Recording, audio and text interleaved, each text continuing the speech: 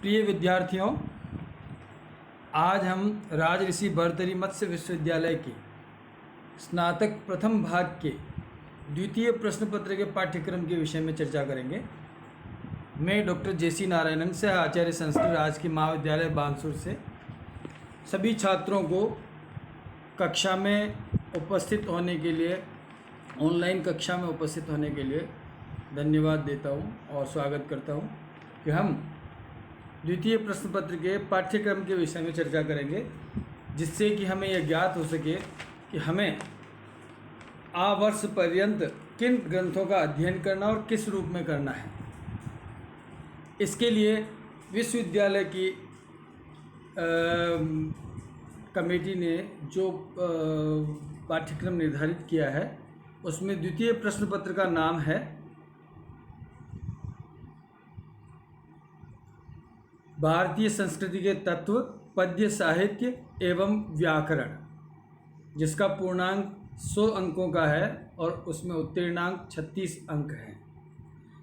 इसमें प्रश्नों की 3 श्रेणियां आएंगी। पहली श्रेणी में लघुत्तरात्मक प्रश्न, जो सभी अनिवार्य करने हैं, सभी प्रश्नों को करना अनिवार्य है। दूसरे व्याख्यात्मक प्रश्न आएंगे, जिनमें आंतरिक विकल्प दिए जाएंगे। उन आंतरिक विकल्पों में 50% तक प्रश्न आपको करने हैं। तीसरे प्रश्न विवेचनात्मक प्रश्न हैं, उनमें भी आंतरिक विकल्प की प्रक्रिया है। आपको इनमें विवेचनात्मक प्रश्नों में भी आंतरिक विकल्प करने हैं। व्याख्यात्मक प्रश्नों में, लघुत्तरात्मक प्रश्नों में केवल 15 शब्दों में आपको उत्तर देना है और उसमें जो निर्धारित पाठ्यक्रम है, उन पुस्तकों में से जो प्रश्न आएंगे उनका संक्षेप में उत्तर देना। व्याख्यात्मक प्रश्नों में श्लोक की व्याख्या करनी। व्याख्या पद का, जैसा कि मैंने पूर्व में भी बताया है, अभिप्राय है वि धन आ धन ख्या धातु। इसका अर्थ है किसी भी श्लोक या गद्यांश को सभी ओर से, चारों ओर से, हर दृष्टि से उसका अध्ययन करना या उसका व्याख्या या विवेचना करनी। जैसे उसके अर्थ की दृष्टि से, भावार्थ की दृष्टि से और व्याकरण की दृष्टि से, काव्यशास्त्र की दृष्टि से और विशेष विवरण जो उसमें निहित नहीं है उसकी दृष्टि से उसका जब विवेचन किया जाता है, उसको हम कहते हैं व्याख्या। व्याख्या में 3 भाग होते हैं। पहला भाग होता है संदर्भ एवं प्रसंग। दूसरा भाग होता है भावार्थ सहित अनुवाद। तीसरा भाग होता है टिप्पणियाँ। टिप्पणियों में 2 प्रकार की टिप्पणियाँ होती है, एक तो व्याकरणात्मक टिप्पणी और दूसरा काव्यशास्त्रीय टिप्पणी। व्याकरणात्मक टिप्पणी में संबंधित गद्यांश या श्लोक के जो पद आते हैं, उन पदों की संधि की दृष्टि से, समास की दृष्टि से, कारक की दृष्टि से, कृदंत की दृष्टि से, तद्धित की दृष्टि से, स्त्री प्रत्यय की दृष्टि से क्या प्रक्रिया होगी, उस समस्त प्रक्रियाओं को लिखना व्याकरणात्मक टिप्पणी के अंतर्गत आता है। और काव्यशास्त्रीय टिप्पणी के अंतर्गत उस संबंधित श्लोक अथवा गद्यांश में अलंकारों का कौन सा प्रयोग हुआ है, छंदों का कौन सा प्रयोग हुआ है, अथवा रीति कौन सी है, गुण कौन सा है और अन्य विधाएं क्या है, उन सब का अध्ययन अगर हम करते हैं तो वो काव्यशास्त्रीय टिप्पणी के अंतर्गत आता है। इस प्रकार व्याख्या में 3 तत्व समाहित होते हैं और इन तीनों को मिलाकर के ही वो व्याख्या कहलाती है। छात्रों को पूर्व में जो अध्ययन किया है उसमें ये बताया गया था कि व्याख्या का अभिप्राय केवल भावार्थ सहित अनुवाद होता है, जो कि सही नहीं है। सही यही है कि भावार्थ सहित अनुवाद के बाद आपने जो अनुवाद किया है उसका आधार क्या था, वह आधार है व्याकरण, और उसमें जो प्रक्रियाएं हैं वो क्या थी, वो है काव्यशास्त्र। इन दोनों को अध्ययन के बगैर किसी भी श्लोक या गद्यांश की व्याख्या प्रस्तुत करना कम संभव है। तीसरी श्रेणी के विवेचनात्मक प्रश्नों के अंतर्गत जो निर्धारित पाठ्यक्रम में से प्रश्न आएंगे, उन प्रश्नों का पहले तो परिचयात्मक स्वरूप देना, फिर उसका मूल विषय का विवेचन करना। मूल विषय के विवेचन में पद्यात्मक या गद्यात्मक जो ग्रंथ टेक्स्ट बुक है उनमें से गद्य या पद्य का संदर्भ प्रस्तुत करना अनिवार्य होता है। किसी भी स्तर पर वो प्रस्तुत करे, जैसे रीति गुण अलंकार के विषय में मान लो कोई प्रश्न आता है तो रीति का उदाहरण कि गौड़ी वैदर्भी या पांचाली जो रीति है उस रीति के अंतर्गत कौन सा श्लोक या कौन सी लाइन आई है उसको प्रस्तुत करना चाहिए। अथवा छंद के विषय में मान लो प्रहरिणी छंद है, मंदाक्रांत है, तो उसका उदाहरण भी वहाँ प्रस्तुत करना अनिवार्य होता है। इस प्रकार विवेचनात्मक प्रश्नों में संबंधित विषय के अंतर्गत जो भी प्रक्रिया आती है, विवेचना आती है, उस विवेचना का संदर्भ सहित प्रस्तुतिकरण आवश्यक होता है ताकि जो हम बात कह रहे हैं या प्रश्न में प्रस्तुत कर रहे हैं उनका कोई न कोई आधार हो। इस रूप में इसकी तैयारी करनी चाहिए विवेचनात्मक प्रश्न की। अब पाठ्यक्रम में निर्धारित जो प्रथम पुस्तक है वह है भारतीय संस्कृति के तत्व। भारतीय संस्कृति के तत्व में अलग अलग टॉपिक्स हैं या विषय हैं या अध्याय है। पहला अध्याय है पृष्ठभूमि। भारतीय संस्कृति की पृष्ठभूमि क्या है, उसका विषय क्या है, भारतीय संस्कृति की विशेषताएं क्या है। भारतीय संस्कृति की विशेषताओं के बाद उसकी रूपरेखा क्या है। रूपरेखा में 3 विभाजन हमने किए हैं, 4 विभाजन, वैदिक काल, वैदिकोत्तर काल, मध्यकाल एवं आधुनिक काल। यानी भारतीय संस्कृति के ये कालखंड है जिसके अंतर्गत इनमें क्या परिवर्तन हुए हैं या संस्कृति की जो तत्वों में किस प्रकार की जो है अभिवृद्धि हुई है, संस्कार कम या ज़्यादा हुए हैं, या फिर उसमें जो है पाठ्यक्रम में क्या विषय सम्मिलित किए गए थे, शिक्षा किस प्रकार की थी, समाज की व्यवस्था कैसी थी, खान पान में क्या परिवर्तन हुआ। ये सारी बातें अध्ययन क्रम में इन 4 कालों में बांटा गया है। इस रूपरेखा का विशेष अध्ययन करना अनिवार्य है। अब भारतीय संस्कृति के तत्वों में क्या क्या वस्तु या विषय बिंदु आते हैं। पहला बिंदु है वर्ण व्यवस्था, दूसरा है आश्रम व्यवस्था, तीसरा है संस्कार, चौथा है पंच महायज्ञ और 5वां है ऋणत्रय, 3 ऋण।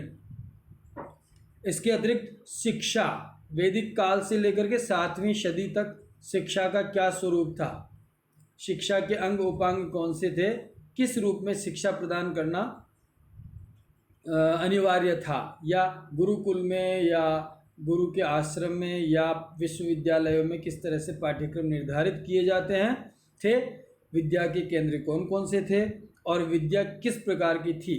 इन सभी पे चर्चा शिक्षा के बिंदु के अंतर्गत की गई है। और इसके अतिरिक्त भारतीय दर्शन की प्रमुख विचारधाराएं। भारतीय दर्शन विश्व में अपने ज्ञान के गांभीर्य एवं आध्यात्म के विकास के लिए और मोक्षगामी बनाने के लिए महत्वपूर्ण योगदान देता है। भारतीय दर्शन दृष्टाओं ने विभिन्न विषयों को आत्मसात किया और प्रामाणिक रूप से उनको स्थापित भी किया है। भगवान शंकराचार्य ने जो वेदांत का उद्घोष किया और ब्रह्म की अवधारणा दी, आज भी विश्व उससे उस अवधारणा से आलोकित है और उस मार्ग पर चलने के लिए प्रयत्नशील है। इसलिए भारतीय दर्शन का अध्ययन निसंदेह है संस्कृत जगत के लिए अनिवार्य है। और यह प्रथम वर्ष में ही, मुझे जो बड़ी प्रसन्नता है कि प्रथम वर्ष में ही इस पाठ्यक्रम को रखा गया है ताकि हम लोग इसके प्रक्रियाओं से अवगत हो सके। अतः भारतीय दर्शन की 6 विचारधाराएं हैं। भारतीय दर्शन को आस्तिक दर्शन और नास्तिक 2 दर्शनों में बांटा गया है। आस्तिक दर्शनों में वेद को प्रामाणिक मानते हुए जो विचारधाराएं उद्भूत हुई है उनको आस्तिक दर्शन कहा जाता है, और जो वेद के विरोध में है या वेद की अवधारणाओं को नहीं मानते हैं वे नास्तिक दर्शन कहे गए हैं। दोनों विचारधाराएं संपूर्ण अध्ययन के लिए आवश्यक है ताकि विषय का गांभीर्य और विषय की उपादेयता प्रतीत हो सके। अंतिम बिंदु है इस पुस्तक का भारतीय संस्कृति का मानव कल्याण में योगदान।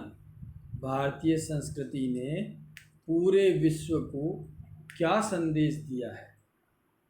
हम जानते हैं थोड़ा सा वसुधैव कुटुंबकम की अवधारणा, पूरे विश्व को एक परिवार माना है और उस परिवार को मानने के साथ साथ भारतीय जो दान प्रक्रिया है, सहयोग की प्रवृत्ति है, सामंजस्य की प्रवृत्ति है, इन सारी प्रवृत्तियों को पूरे विश्व में फैलाने का जो काम किया है, प्रसारित करने का जो काम किया है, निसंदेह वह अद्भुत और अतुलनीय है। तो मानव कल्याण में क्या क्या योगदान दिया, इसका क्रमिक अध्ययन हम इसके अंतर्गत करेंगे। इस पुस्तक में से दो प्रकार के प्रश्न आएंगे, लघुत्तरात्मक प्रश्न और विवेचनात्मक प्रश्न। लघुत्तरात्मक प्रश्न कुल 3 आएंगे, प्रत्येक के 2 अंक है, कुल 6 अंकों के लघुत्तरात्मक प्रश्न आएंगे। लघुत्तरात्मक प्रश्नों का आधार या विवरण क्या हो सकता है, इसके लिए मैं निर्देशित करता हूँ कि जैसे संस्कार कितने होते हैं, नाम लिखिए, तो केवल संस्कारों के नाम वहाँ लिखने हैं। आश्रम कितने होते हैं, आश्रमों के नाम लिखने हैं। पंचमहायज्ञ किसको कहते हैं, पंचमहायज्ञ के नाम लिखिए। आस्तिक और नास्तिक दर्शन किसे कहते हैं, उनकी परिभाषा लिखिए। इस प्रकार छोटे छोटे प्रश्न वहाँ पर लघुत्तरात्मक प्रश्नों के अंतर्गत आएंगे। जो 3 प्रश्न आएंगे 2-2 अंकों के, कुल 6 अंकों के लघुत्तरात्मक प्रश्न हैं। छात्र इस रूप में भारतीय संस्कृति के तत्व की तैयारी कर सकते हैं। विवेचनात्मक प्रश्न 2 प्रकार के आएंगे। एक तो विस्तृत आएगा, विस्तृत विवेचना वाला, जिसमें विषय का गहन और गंभीर अध्ययन अपेक्षित है। वह प्रश्न आंतरिक विकल्पों सहित 10 अंक का होगा। 10 अंक का वह प्रश्न है जिसमें विवेचनात्मक प्रश्न में क्या लिखना है, उसमें सर्वप्रथम विषय वस्तु का प्रवेश, फिर विषय विवेचन और अंत में निष्कर्ष। जैसा कि मैंने कल बताया था कि निष्कर्ष का अभिप्राय होता है कि हमने अध्ययन के बाद उस विषय वस्तु को कितना जाना, कितना समझा और वह किस रूप में हम प्रस्तुत कर रहे हैं, इस बात को हम निष्कर्ष कहते हैं। तो विस्तृत विवेचनात्मक प्रश्न में निष्कर्ष उपस्थापित करना अनिवार्य होता है, जिससे कि छात्र की विषय को ग्रहण करने की सामर्थ्य का ज्ञान हो सके। दूसरा प्रश्न आएगा टिप्पणी युक्त, यानी संक्षिप्त टिप्पणी लिखिए। वह एक प्रश्न आएगा आंतरिक विकल्पों सहित, उसमें 4 अंक का है। उसमें संक्षिप्त टिप्पणी लिखनी, जैसे शिक्षा केंद्र कौन कौन से, जैसे नालंदा या विश्व तक्षशिला, तो उसके विषय में प्रश्न पूछे जा सकते हैं। शिक्षा की उपादेयता के विषय में पूछा जा सकता है, अन्य विधाओं में पूछा जा सकता है। इस प्रकार कुल 2 प्रकार के प्रश्न होंगे और 20 अंकों का पूरा यह भारतीय संस्कृति के तत्व नाम की जो है पुस्तक इस पाठ्यक्रम में सम्मिलित की गई है। दूसरी पुस्तक किरातार्जुनीयम महाकवि भारवी द्वारा रचित, उस किरातार्जुनीयम जो कि बृहत्त्रयी नामक ग्रंथों में आते हैं, उसका प्रथम सर्ग पाठ्यक्रम में सम्मिलित किया गया है। महाकवि भारवी अलंकृत शैली के विशिष्ट विद्वान माने गए हैं। इससे पहले केवल और केवल रसयुक्त ग्रंथों की रचना की जाती महाकवि कालिदास जी के द्वारा, अश्वघोष के द्वारा, लेकिन भारवी ने नई विधा का प्रयोग किया और अलंकृत शैली को प्रधानता दी, जिसमें अलंकारों का बाहुल्य है, और उस बाहुल्य के साथ इस ग्रंथ का प्रणयन किया। एक छोटी सी कथा कि इंद्रकील पर्वत पर अर्जुन ने तपस्या की, पाशुपत अस्त्र प्राप्त करने के लिए भगवान शिव की आराधना के रूप में तपस्या की। और उनको पाशुपत अस्त्र मिला, इस छोटे से घटनाक्रम को बहुत बड़े महाकाव्य का रूप दिया महाकवि भारविन ने। निसंदेह उसमें अलंकारों का बाहुल्य और किसी भी घटनाक्रम का विस्तृत स्वरूप चित्रित किया है। तो ये एक महनीय ग्रंथ है संस्कृत जगत में, जिसका कि अध्ययन अगर प्रथम वर्ष के दौरान किया जाए तो आगे अन्य ग्रंथों का अध्ययन सुगम हो सकेगा। इस ग्रंथ में 2 प्रकार के प्रश्न आएंगे, 3 प्रकार के प्रश्न आएंगे, लघुत्तरात्मक प्रश्न, व्याख्यात्मक प्रश्न और विवेचनात्मक प्रश्न।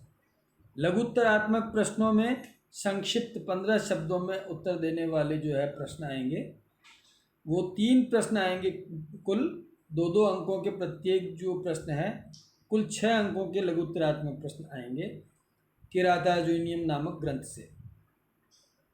इसके बाद व्याख्याएं आएंगी, श्लोक की व्याख्याएं। व्याख्याओं का जैसा मैंने पहले बताया था, संदर्भ प्रसंग पहला बिंदु, दूसरा बिंदु भावार्थ सहित अनुवाद, तीसरा बिंदु टिप्पणियाँ, जिसमें व्याकरणात्मक और काव्यशास्त्रीय टिप्पणी सम्मिलित है। ये उनको प्रस्तुत करना अनिवार्य होगा। व्याख्यात्मक प्रश्नों में 2 व्याख्याएं आएंगी, जो कि प्रत्येक व्याख्या 7 अंक की होगी, कुल 14 अंकों की व्याख्याएं आएंगी।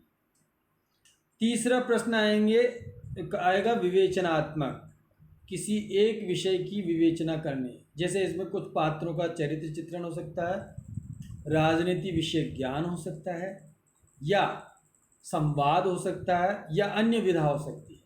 इस रूप में ये विवेचनात्मक प्रश्न होगा। उसके भी मैंने आपको 3 बिंदु बताए थे। पहला बिंदु तो उसमें यह है,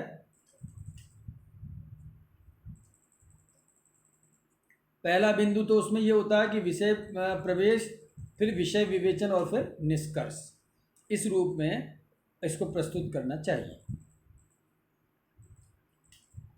अब तीसरा पॉइंट है इसमें व्याकरण, लघु सिद्धांत कौमुदी, जो कि संस्कृत जगत में इसके विषय में कहा जाता है कि अष्टाध्यायी जगन्माता अमर कोशो जगत पिता। अभिप्राय कि व्याकरण शास्त्र संस्कृत जगत में माता के समान माना गया है। जैसे माता जो है पुत्र को सब कुछ सिखाती है स्नेह से, उसी तरह से व्याकरण भी सभी शब्दों का स्पष्ट एवं सही उत्तर प्रदान करती है। इस क्रम में संस्कृत भाषा का समग्र अध्ययन किया जा सकता है यदि व्याकरण का सम्यक ज्ञान हो। इसलिए व्याकरण का अध्ययन प्रत्येक कक्षा में अनिवार्य रूप से माना गया है।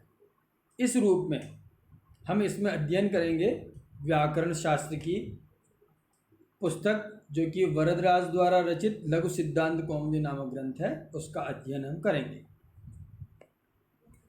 उस व्याकरण नामक ग्रंथ में 4 प्रकरण आपके पाठ्यक्रम में सम्मिलित किए गए हैं। संज्ञा प्रकरण, अच संधि प्रकरण, हल संधि प्रकरण और विसर्ग संधि प्रकरण। इन प्रकरणों में जैसा कि नाम से प्रतीत हो रहा, संज्ञा प्रकरण, संज्ञा प्रकरण का मतलब है कि जिसमें विभिन्न वर्णों अथवा पदों की विशिष्ट संज्ञाएं की गई। संज्ञा का मतलब नामकरण, जिसके द्वारा उसका ज्ञान हो सके, वो किए गए हैं।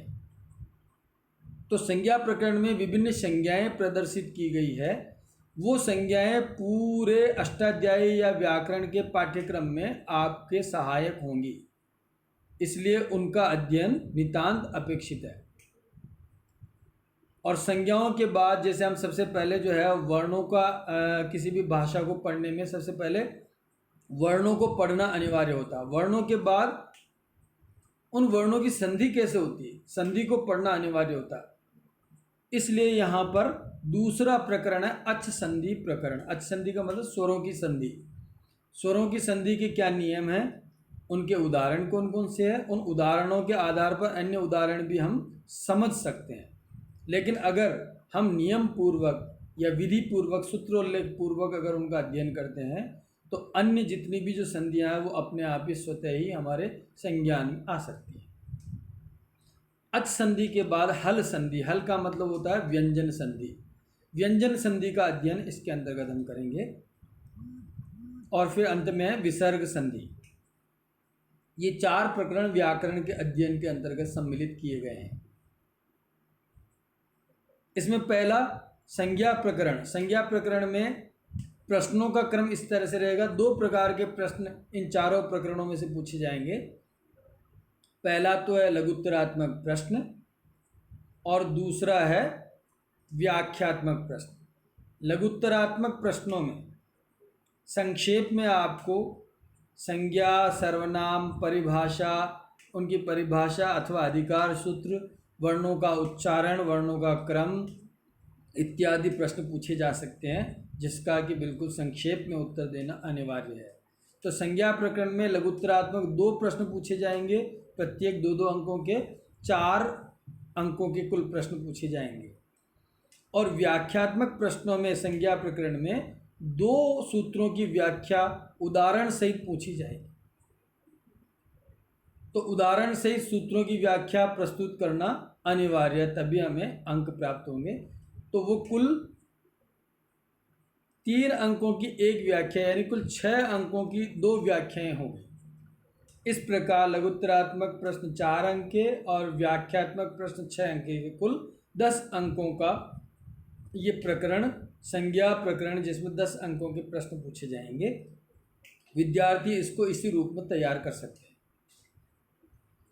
अच् संधि प्रकरण में लघुत्तरात्मक प्रश्न 1 पूछा जाएगा 2 अंक का, और व्याख्यात्मक प्रश्न 2 पूछे जाएंगे, जो कि 4-4 अंकों के होंगे। कुल 8 अंक के 2 प्रश्न पूछे जाएंगे, जिसमें सिद्धियां, रूप सिद्धि भी पूछी जा सकती। सिद्धियां का मतलब है कि संधि के नियम लगा करके अगर मान लो कुछ लिया गया हो, कुछ शब्द बनाए गए हो, उन शब्दों की बनाने की प्रक्रिया नियम पूर्वक कैसे हो, उनका संधि विच्छेद क्या होगा और उनको किस रूप में प्रस्तुत करेंगे, ये सूत्रोल्लेख पूर्वक आप जब लिखेंगे तो उसको बोलते हैं सिद्धि।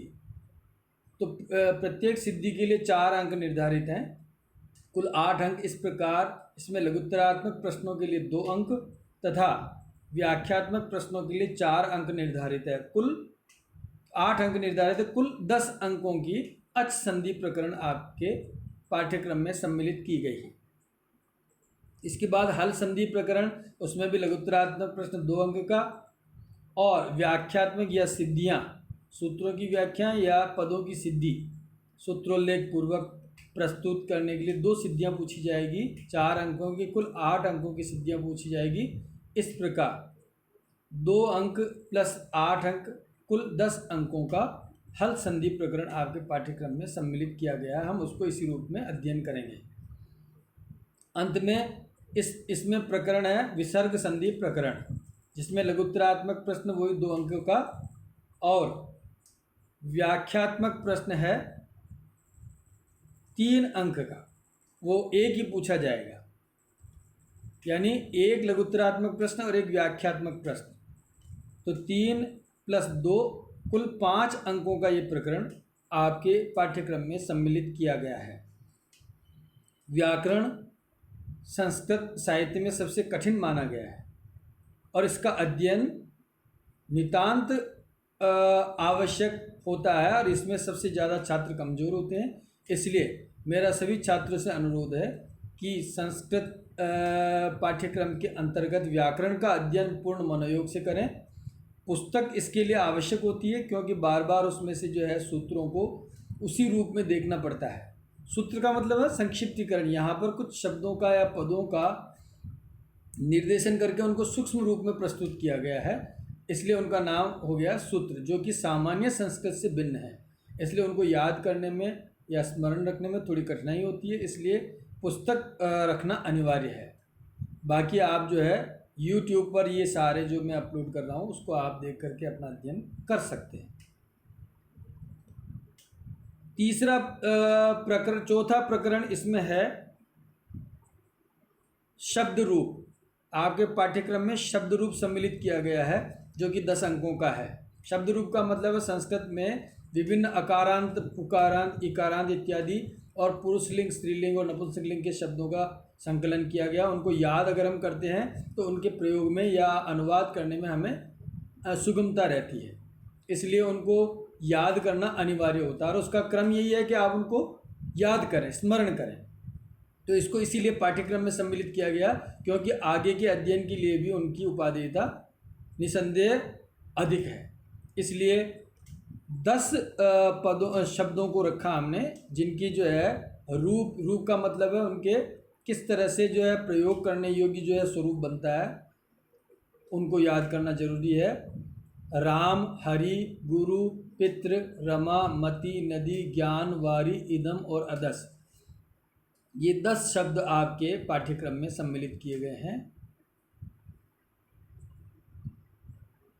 आप इनको याद कर लेते हैं। तो इसमें से 2 प्रकार के प्रश्न पूछे जाएंगे, लघुत्तरात्मक और विवरणात्मक। लघुत्तरात्मक प्रश्नों में एक शब्द दे दिया जाएगा, जैसे शब्द पद दे दिया जाएगा कि जैसे राम शब्द का तृतीय का एकवचन रामेण दे दिया और उसमें पूछा कि ये कौन सी विभक्ति का कौन सा वचन है, तो आपको बताना होगा तृतीय विभक्ति का एक वचन। इस रूप में इसकी तैयारी की जा सकती है। विवरणात्मक प्रश्नों में आपको एक पूरी विभक्ति का जो रूप क्या बनता है वो आपको लिखना होगा। जैसे राम शब्द तृतीय विभक्ति लिखिए या राम शब्द चतुर्थी विभक्ति लिखिए, तो आपको पूरा उसका रूप लिखना होगा। ये विवरणात्मक प्रश्नों में सम्मिलित किया गया। तो लघुत्तरात्मक प्रश्न 2 पूछे जाएंगे, 2 अंकों के, 4 अंकों के टोटल है। विवरणात्मक प्रश्न आपको 2 पूछे जाएंगे, 3 अंकों के, कुल 6 अंकों के पूछे जाएंगे। इस प्रकार 10 अंकों का कुल शब्द रूप आपके पाठ्यक्रम में सम्मिलित किया गया है। और अंतिम जो इस प्रश्न पत्र का जो बिंदु है वो है धातु रूप, क्योंकि प्रयोग करने में या अनुवाद करने में या किसी भी जो है पाठ्यक्रम को जानने के लिए शब्द और धातुएं यानी कर्ता और क्रिया, ये दोनों ही आवश्यक होती है, कर्ता और क्रिया। तो क्रिया के रूप में धातु रूप है, जिसके आधार पर हम किसी भी पद का अनुवाद कर सकते हैं या संस्कृत को जान सकते हैं। इसलिए धातु रूप याद करना जरूरी है। केवल 2 ही धातुएं आपके पाठ्यक्रम में सम्मिलित की गई है, भू धातु तथा एद धातु। पहली भू धातु परस्मै पद की है और एद धातु आत्मनेपद की है। इन दोनों के 10 लकार, 10 लकार मतलब काल, टेंस, तो टेंस के आधार पर इनको 10 लकारों में विभाजित किया गया है। 10 लकारों में इनके रूप क्या बनते हैं, इनका स्वरूप क्या बनता है, किस तरह से इनका प्रयोग किया जाता है, ये बात आपको याद करनी होगी। तो इसमें भी 2 तरह के प्रश्न हैं, लघुत्तरात्मक प्रश्न और विवरणात्मक प्रश्न।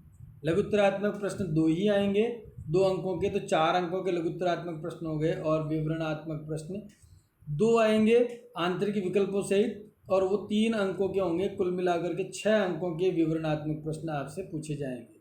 इस प्रकार कुल मिलाकर के 10 अंकों के धातु रूप आपको पाठ्यक्रम में सम्मिलित किए गए हैं, जो कि एग्ज़ाम्स में आपसे पूछे जाएंगे। एग्ज़ाम्स में अधिक से अधिक अंक लेने के लिए धातु रूप और शब्द रूपों को यथावत याद करना जरूरी होता है। इसके रूप रचनानुवाद कौमुदी या कई अन्य पुस्तकों में भी मिल सकते हैं, और मैं इसमें जो है पाठ्यक्रम में आपके लिए अपलोड करूंगा ताकि आप उनको यथावत क्रम में याद कर लें और एग्ज़ाम में उनको जो संबंधित प्रश्न आते हैं उनको परफॉर्म करें, तो आपके अच्छे अंक आ सकते हैं।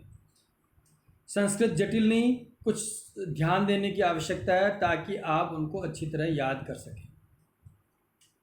ये द्वितीय प्रश्न पत्र का पाठ्यक्रम हुआ है छात्रों, और अब आपके लिए कुछ गृह कार्य मैं दे रहा हूँ ताकि आप जो है घर पर बैठ करके कुछ चीज़ें कर सकें। अगर मेरा व्याख्यान आपने ध्यान से सुना है तो उसमें कुछ बातें ऐसी जो कि ध्यान देने योग्य है, उसी को प्रश्न के रूप में मैंने आपके सम्मुख प्रस्तुत किया है। पहला तो है कि व्याख्या किसे कहते हैं, व्याख्या का स्वरूप लिखिए, तो आप व्याख्या का स्वरूप जरूर लिखेंगे। दूसरा, विवरणात्मक प्रश्नों का उत्तर कैसे देते हैं, यानी उसमें कौन कौन से तत्व सम्मिलित करते हैं, ये आप उत्तर लिखेंगे। और तीसरा, सूत्रों की व्याख्या किस प्रकार करते हैं। तो सूत्रों की व्याख्या के लिए जैसे मैंने आपको बताया था कि उनका जो है भावार्थ सहित अनुवाद, और दूसरा उसका उदाहरण के द्वारा उदाहरण में घटित कीजिए, क्योंकि सूत्र जो है वो एक नियम प्रदर्शित करते हैं, लेकिन नियम घटित कहाँ होता है, इसको प्रदर्शित करना भी आवश्यक होता है। इसलिए नियम को उदाहरण के द्वारा समझाना जरूरी होता है। तो सूत्रों की व्याख्या में दोनों ही चीज़ें जरूरी होती है, नियम भी और उसका उदाहरण। तो विद्यार्थियों, मैं आशा करता हूँ कि मेरा ये व्याख्यान आपको ठीक लगा होगा। अगर आपको कोई प्रश्न पूछना हो तो आप मुझसे पूछ सकते हैं।